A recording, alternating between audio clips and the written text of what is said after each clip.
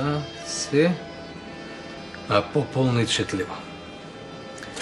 Име, татково име и презиме.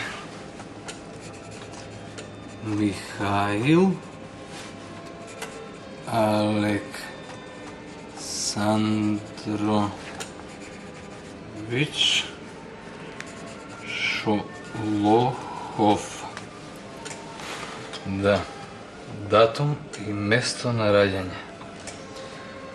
24.5.1905 година. Место Кружилино.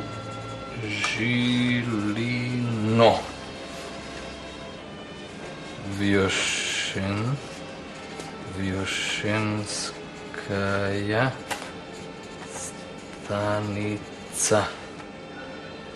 Крај Дон.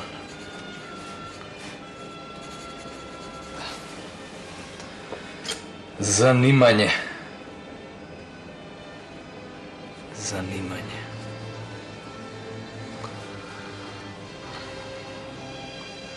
Доброволец во одредот за собирање храна. Да.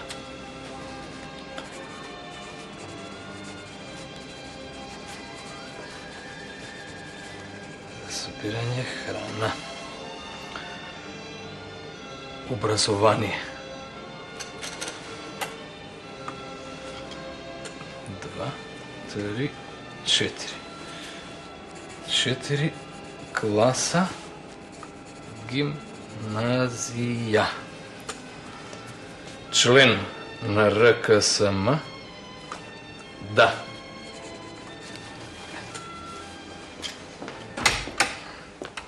Здраво, Миша! Ужасна вејавица. Пишуваш нешто? Да, го пополнувам анкетниот лист што ми го даде другарот Зајцев. Честитам. Тоа е заради пофалницата. Зајцев, треба да ги испрати твоите податоци во штабот. Да, знам. Знаеш ли што велат овие нашиве козаци? Што? Ќе му доделат награда на Шолохов, па тоа е дериште, лапе зелено. А јас им велам. Најдете друг кој ќе собере за една недела повеќе храна за војската од него и тоа од селан кој се повеќе гладни од кокусити, да. Добро, да го оставиме сега, тоа не е толку важно. Не знам зошто ги нема другариве, требаше да имаме проба. Ми рекоа ќе задоцнат малку. Знаеш, Зајцев им нареди да ги истимерат коњите. Зајцев. Тој Зајцев сака и коњите да бидат истимарени и да работи и курсот за описменување и драмската секција да е активна, а за внедела знаеш што? Нареди да одиграме театарска представа за селаните. Сега внедела? Па како немаме ни текста, немаме ни време за проба. Тоа не е можно. Не грижи се, јас веќе најдов текст. Само ни требаат 5 дена добро да запреме. Најде текст. Па чиј е текстот? Не е важно. Како не е важно? Минатата недела текстот беше мощно здодерен. Што ни направија селаните, а? Ни свирка. Добро. Овој текст сега е многу интересен. Замисли, се случува во виорот на граѓанската војна. Таткото се бори од страната на белите, а синот од страната на црвените. Таткото, бидејќи одамна бил излезен од дома, не знаел како изгледа син му. Сваѓаш? Да. И негде кај Врангеловскиот фронт, тие се борат еден против друг. Во еден момент, синот пука во таткото, но не го погодува. Тогаш таткото ја вади сабијата и му задава смртоносен удар на синот. И нормално, кога дошол да му ги земе чизмите, кои биле како воен плен, тој на ногата забележува знак по кој го препознава сина си. И? Во момент на очајание извршува самоубиство. Интересно. Чудно. Пред некој ден еден старец ја раскажуваше истава приказна. Чина, и ти беше таму, нели? Не знам, не се сеќавам.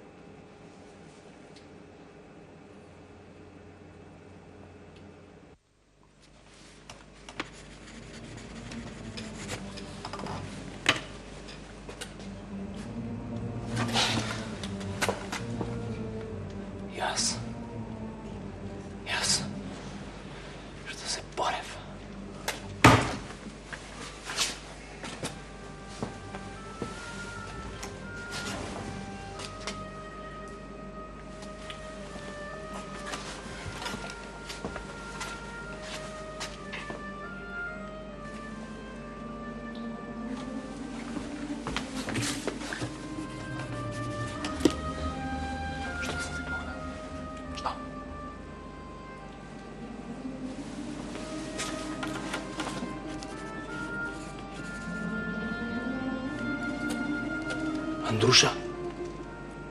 Андруша, разбуди се.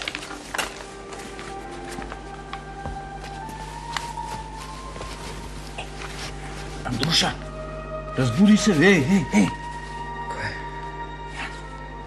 Миша, ти си. Потивко, ти ги разбудиш другите. Добро, што се случило? Зошто ме будиш во ниедно време? Види, навистина, извини што те разбудив. Сакав нешто да те замолам. Немој да ми кажеш дека повторно ќе ми читаш нов расказ. Само крајот. Го изменив малку, па не знам дали е добро. Па добро, Миша. Во спална имаш толку многу луѓе, зошто баш мене ме будиш? Ти имаш трпение да ме сослушаш. Да. Овие другиве не сакат ни да чујат. Добро, навистина ми е жал што те разбудив. Не сакаат да чујат. Кој нормален спие во 3 часот наутро, така? Добро. Ајде, ќе те сослушам. Само да ми одговориш на едно прашање. Сите оние пиеси што ги игравме, а што ни велеше дека ги испраќаат од Москва, ги пишуваше ти, нели?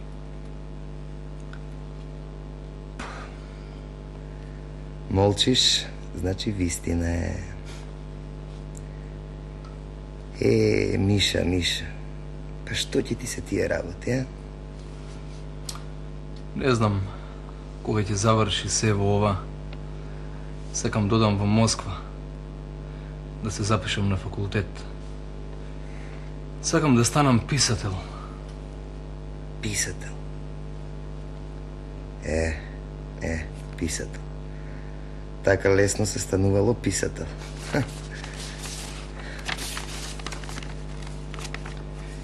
Добро, ти благодарам, Андреј. Слушај сега, сакаш цигара? Дај да припалиме едно. А ти после читай. Ајде. Слушај, к вечерината, кога зад копачката се покажаа коњаници, ветерот донесе гласови. Ржење на коњи и звонење на узенги. Од буштравата глава на атаманот неволно се тргна јастреб мршојадец. Се тргна и загина во сивото есенско безбојно небо.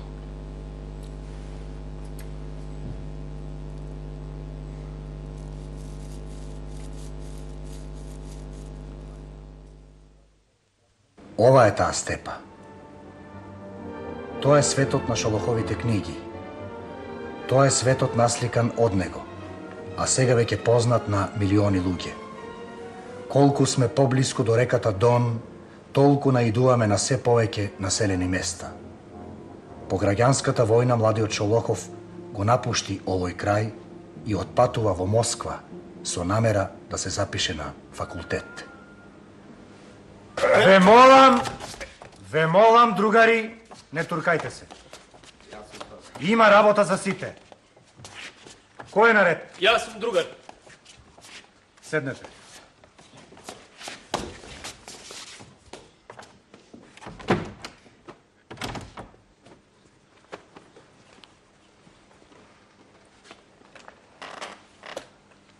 Вашето име? Михаил Шолохов.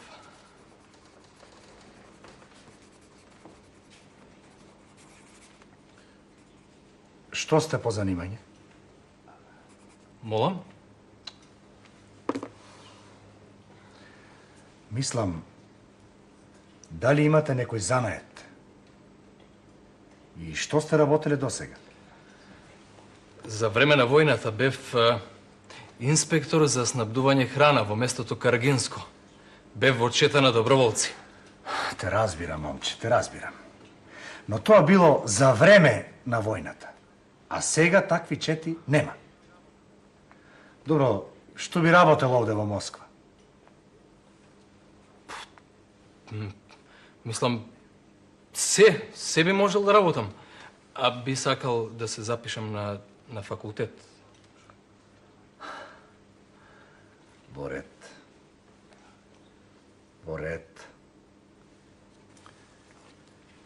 ќе те запишам како работник за калдармисување улици. Ќе се јавиш во дирекцијата за патишта на Мала Брона.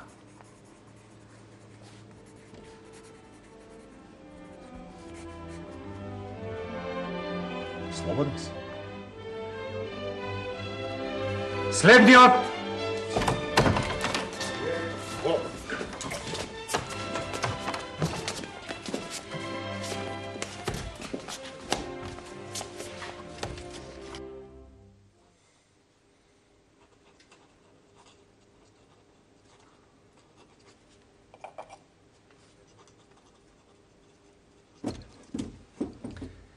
Добар ден, Александар Серафимович. Јас сум Шолохов, Михаил Шолохов. Ви испратив по пошта неколку мои раскази. Добар ден. Значи, вие сте Михаил Шолохов. Да. Ајде, повелете, седнете. Дали знаете дека сме од ист крај? Да, тоа се гледа во вашите романи.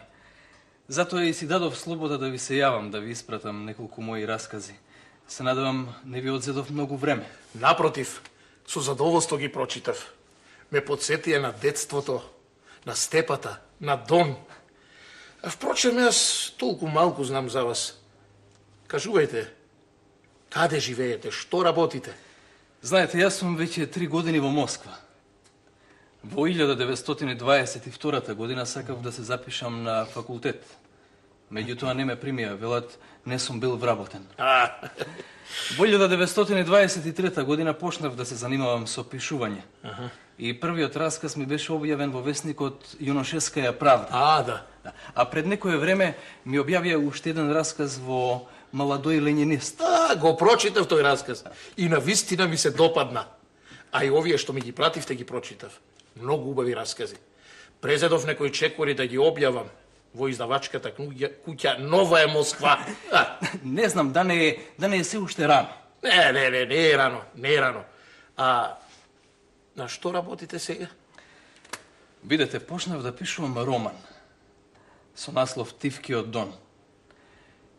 И откако напишав 10 страни, се откажав. Знаете, мислам дека тоа е премногу крупна работа за мене. Добро, а на која тема е романот? Романот ги опфаќа контрареволуционерните дејности за време на граѓанската војна во Дон. Имам една оригинална композицијска структура за социјалната состојба кај луѓето, за фамилијата, за човекот на Дон. Настаните почнуваат со немирите во Мелеховската област. Така? А потоа полека се префрлувам на фронтот во Петроград и Москва. Убаво и? Ќе продолжите да го пишувате? Па јас доколку би продолжил, би ви праќал и вам по некое парче како. Не треба да се обесхрабрувате. Треба да продолжите. Вие сте го запознале животот на луѓето на Дон за време на војната. Козаците, степата. Тука има теми за пишување. Само треба да пишувате полека, убаво и да ја пишувате секогаш вистината. А рековте, ќе ми праќате, а? Да. Секој завршен дел од романот да ми го пратите да го прочитам. Секако. А сега? Секако. Многу ви благодарам, Александар Серафимович. Добро, тоа сакам да ви кажам. Со среќа и до гледање. Благодарам. До гледање. Ајде, до гледање.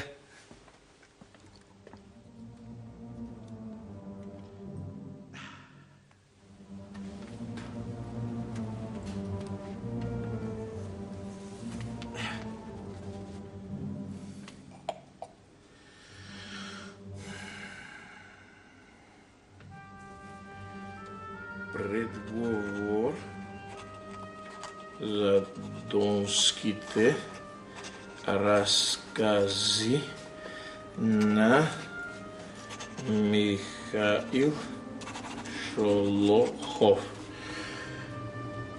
Тоа момче, кое има остар поглед и толку високо чело, веројатно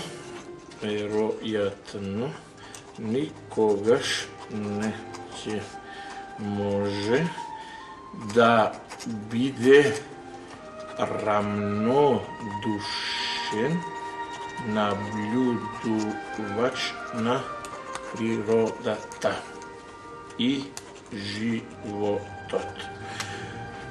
Убеден сум дека со сета сила ќе се обиде да навлезе во суштината на тој живот, во секоја негова пора. Точка.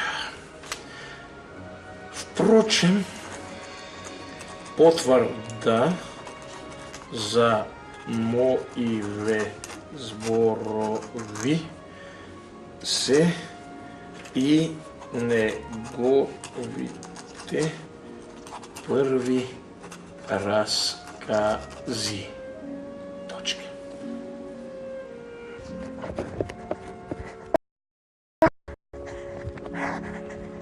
Миша, Кажи, Марија. Марија, што се случило? кога се враќав од колхозот, го сретнав стариот поштарно и Николај Сидорович. Чекај малку душава на место да ми дојде. Господи, кажи ми што ти ради. Ми Што даде ти? пакет и ми вели Пакет? Марија Петровна пакет за мажот ви од Москва. Чекај да.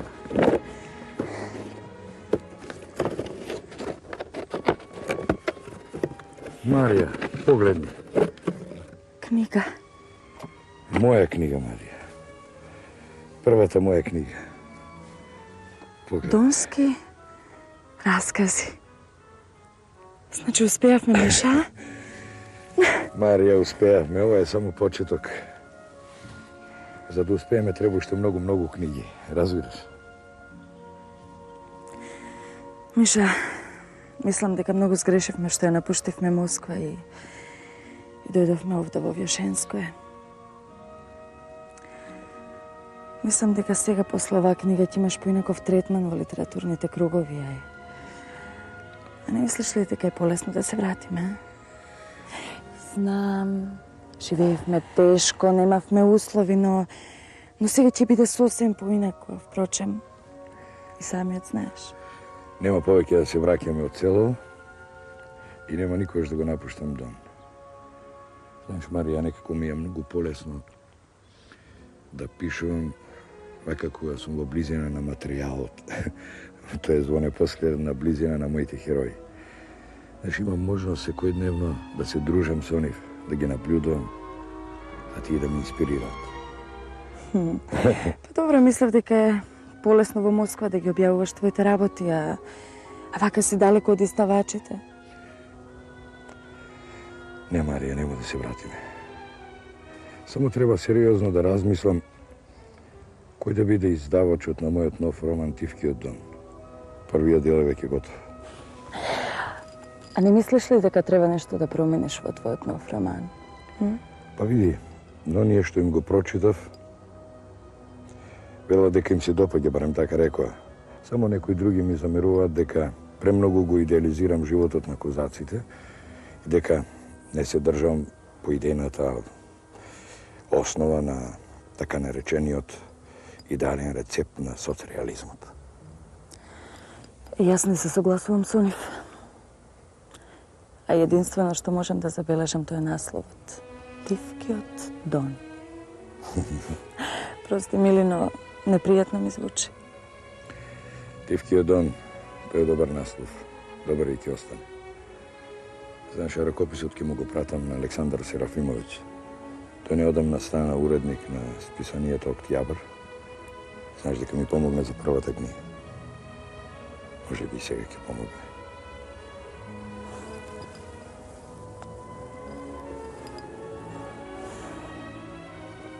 Ало? Редакцијата Октјабр? Овде Александар Серафимовиќ. Да. Тоа сте вие, Иван Петровиќ. Слушајте, ми треба простор во новиот број на списанието. Знам дека е полно, но... Ај, подсетете ме, што има во овој број? Извадоци од мојата борба. Да се исфрли тоа. Што? Што? Сме ја најавиле во минатиот број, а? Штета. Тогаш направите вака. Колку простор е оставен за мене? 3. Што имаме друго? Ана Караваева, а? Ако може да го скратите неизиниот прилог, но ве молам внимателно. Што има уште? Може. Тоа одлично. За 10 минути ќе добиете ракопис што мора да влезе во овој број. Запишете. Тивкиот Дон од Михаил Шолохов. Тивкиот Дон од Михаил Шолохов. И ве молам, никакви скратувања.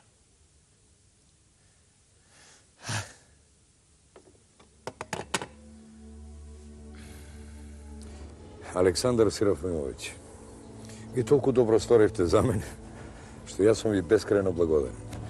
Еве, се уште го објавувате во вашето списание мојот прв дел од романот Тивкиот Дон.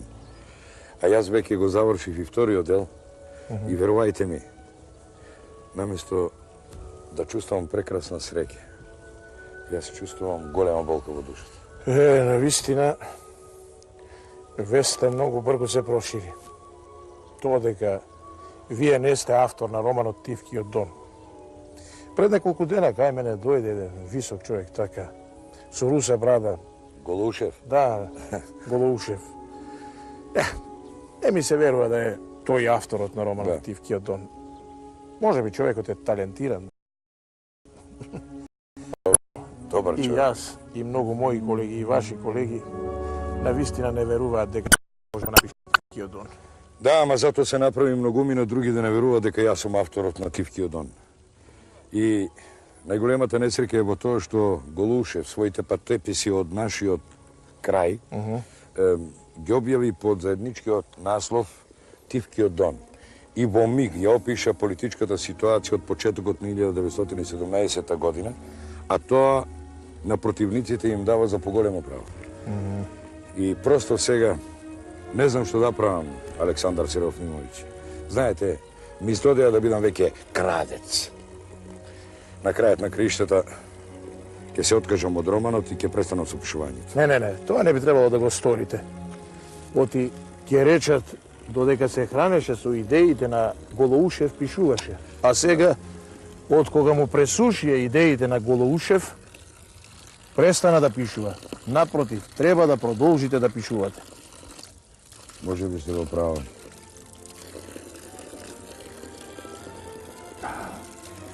Младиот Шолохов го послуша советот на големиот писател Александар Серафимович и ја продолжи работата врз романот.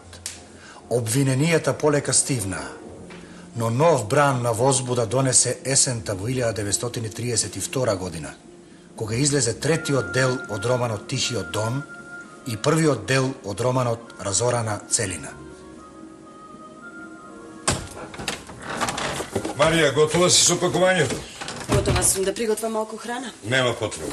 Таму кај што одам нема потреба од храна. Зашто ниеден козак нема да остави ниеден патник да биде главен. Миша, Кажи. те молам кажи ми колку време ќе се задржиш. Минатиот пат рече 3, а остана 10. Марија, знаеш колку ми се неопходни тие патувања по колхозите и по селото околу Дон. Знаеш дека од таму ги црпам сега материјалите за мојот нов роман. Знаеш колку интересно, ќе појдеш во некој колхоз, ќе поседиш 10 дена и ги гледаш луѓето како сами ти приидуваат и почнуваат да ти раскажуваат разноразни приказни. Но тие приказни ти многу пати си ги чул. Ама секојаш има нешто ново да се чуе. Минатиот пат кога бев во еден колхоз, чув селаните како пее една нова песна. Гледај вака. Еве сега ние имаме време да се одмориме, да се повеселиме. Благодарам. Да се напиеме, да се прошетаме, зашто на нивата нема што да се работи. Марија, знаеш што значи тоа? Тоа значи дека нешто не е во ред. Може би лошо сме организирани. Но каква врска има тоа со твојот нов роман? Ке ти објаснам. Сега веќе дојде време машки да се пишува за вистината. Нештата и работите треба веќе да се именуваат со своите вистински имиња. Треба веќе да се пишува дела кои ќе прозвучат револуционерно. Например, сите овие настани, луѓето во колхозното движење, колективизацијата. Сето тоа представува една реална и конкретна основа за мојот нов роман со крв и пот. Но мислам дека не е време сега да се спорува за тоа. Зошто? Но и впрочем, не ми се допаѓа насловот на твојот нов роман. За насловот може би имаш овој пат право, зашто тоа ми го рекоа и некои други. Кога читав делови пред колективот на колхозот, еден активист ми рече: "Неш предлагам да се вика Разорана целина." Но зашто не го оставиш романот да мирува? Или да поидеш кај Горки во Соренто? Мила моја, изгледа многу сакаш додам и да го видам Алексеј Максимович Пешков. Добро, може да му прочитам некои делови од романот. Но тоа мое патување во Италија се чини дека ќе биде тешко остварливо, зашто владата на Мусолини еднаш веќе не ми даде виза. Сепак, треба да се обидеш уште еднаш. Ќе се обидам. Марија, ти ветувам, ќе се обидам.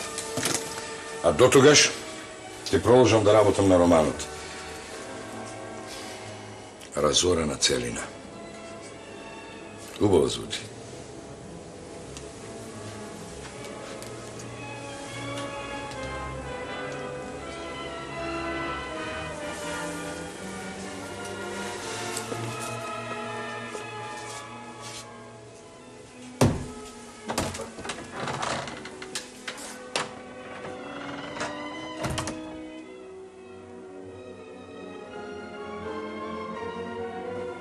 Таа 1932 година беше значајна по тоа што Шолохов ја прекина работата врз романот Тихиот Дон и почна да го пишува новиот, Разорана целина.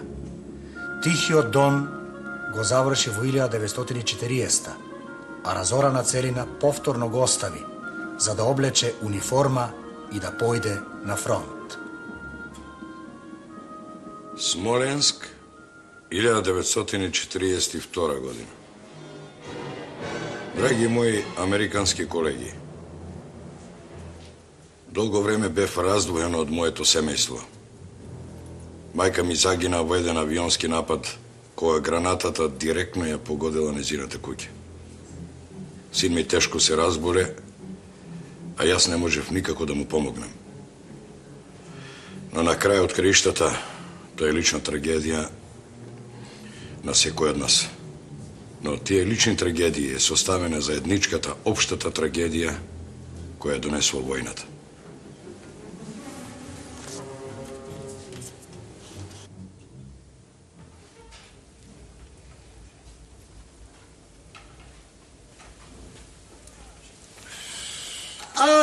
Тука сте се скриле, Шолохов. Ве барам веќе 15 минути. Тихонов ми рече дека сте кај бифето, ама ве немаш. Бев един, ама знаете како е. Полека ми истурка на другиот крај. Човек сака да се види со секој да поразговара. Да. Интересни се овие средби. Уште повеќе кога од првиот, односно последниот конгрес на писателите во 1934 па до овој, вториот, поминаа цели 20 години. Така е. Многумина со своите реферати не заинтересираа. Гледам и во паузата дискусиите продолжуваат. Очигледно е дека се натрупале доста проблеми во литературата. Така е. Јас лично имам некои забелешки до дискутантите, но мора да признаеме дека Овечкин правилно го постави прашањето околу ослабената врска помеѓу литературата и животот. Особено околу самозадоволството и заспаноста на некои наши писатели. Јас имам намера на таа тема да разговарам веднаш по паузата. Един се заприкажавме. За нашите дискусии има време, нели? Сакав да ве прашам, Што стана со вашата втора книга од романот Разорена целина? Многу ми нас интересираат за судбината на тој роман. Но Федин, мислам дека наскоро ќе биде готов. А јас сум човек кој не пишува брзо. Впрочем, не сум новина, нели? Да. Затоа ќе ви кажем еден пример од една случка за време Втората светска војна. Бев на Западниот фронт околу Смоленск. И добив задача да ја опишам херојската смрт на еден офицер. И сакав да напишам нешто лично, нешто сјајно, силно. Но од кога го напишав, сватив колку е лошо и не го објавија. Тогаш конечно констатирав дека не можам да бидам новинар. Да. Знаете, мене ми треба време. Јас сакам настаните да ги опишам со многу детали, широко. И за да може читателот да се внесе во нив, се разбира и да се замисли, нели? Да. Простите, јас се расприкажав. Вие ме прашавте за романот. Да, ме интересираше, вие веројатно ја имате конструкцијата. Дали се менуваат ликовите во втората книга? Не, ликовите остануваат исти. Само ги префрлам во друго време. Мислам, во 1932 година. Исто така и кај карактерите нема никакви промени. Тие остануваат исти. Да, пак тогаш, веројатно оној убав лик на дедо Шукар ќе остане со својата веселост. Апсолутно.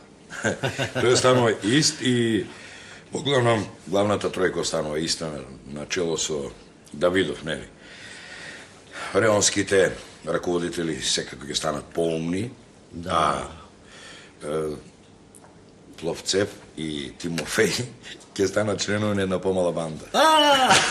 Интересно. Значи ли тоа дека продолжува борбата помеѓу темнината и светлината? Да, ќе продолжи таа борба како последна борба кој кого, нели? Иако ќе има многу жртви, но сепак ќе победи новото, мислам, новиот систем. Да. Да појдеме Константин Александрович, зашто по паузава јас сум прв на листата од дискутантите, не? Да појдеме. Со задоволство ќе го следам вашето излагање. Благодарам, повелете.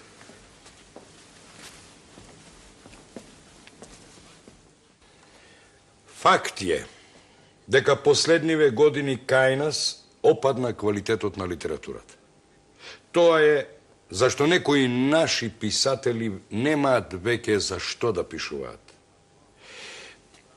А тоа пак е резултат од непознавањето на животот и незаинтересираноста за теми инспирирани од животот на селанецот и работникот. Но, на сите нам ни е познато дека Лав Толстој во свое време ја знаеше душата на рускиот селанец многу подобро отколку ние сите заедно денес. Горки ја поминал Русија Чехов, иако болен, иако тешко болен, смогнал сили во себе во името на огромната љубов спрема луѓето и професионалната љубопитност да отпатува дури на Сахалин. А во Москва денес живеат и работат 12.000 писатели, кои можат, подготвувајќи ги сите своји нови дела, да собират материјал во контактите со вработените во фабриките и предпријатијата. Но, што се случува? Така да се каже, никој не влегол во фабрика. Значи, живеат во шума, а шумата не ја гледаат. Може би неочекувано, но сосема заслужено. Нобеловата награда за литература за 1965 година ја доби писателот Михаил Шолохов.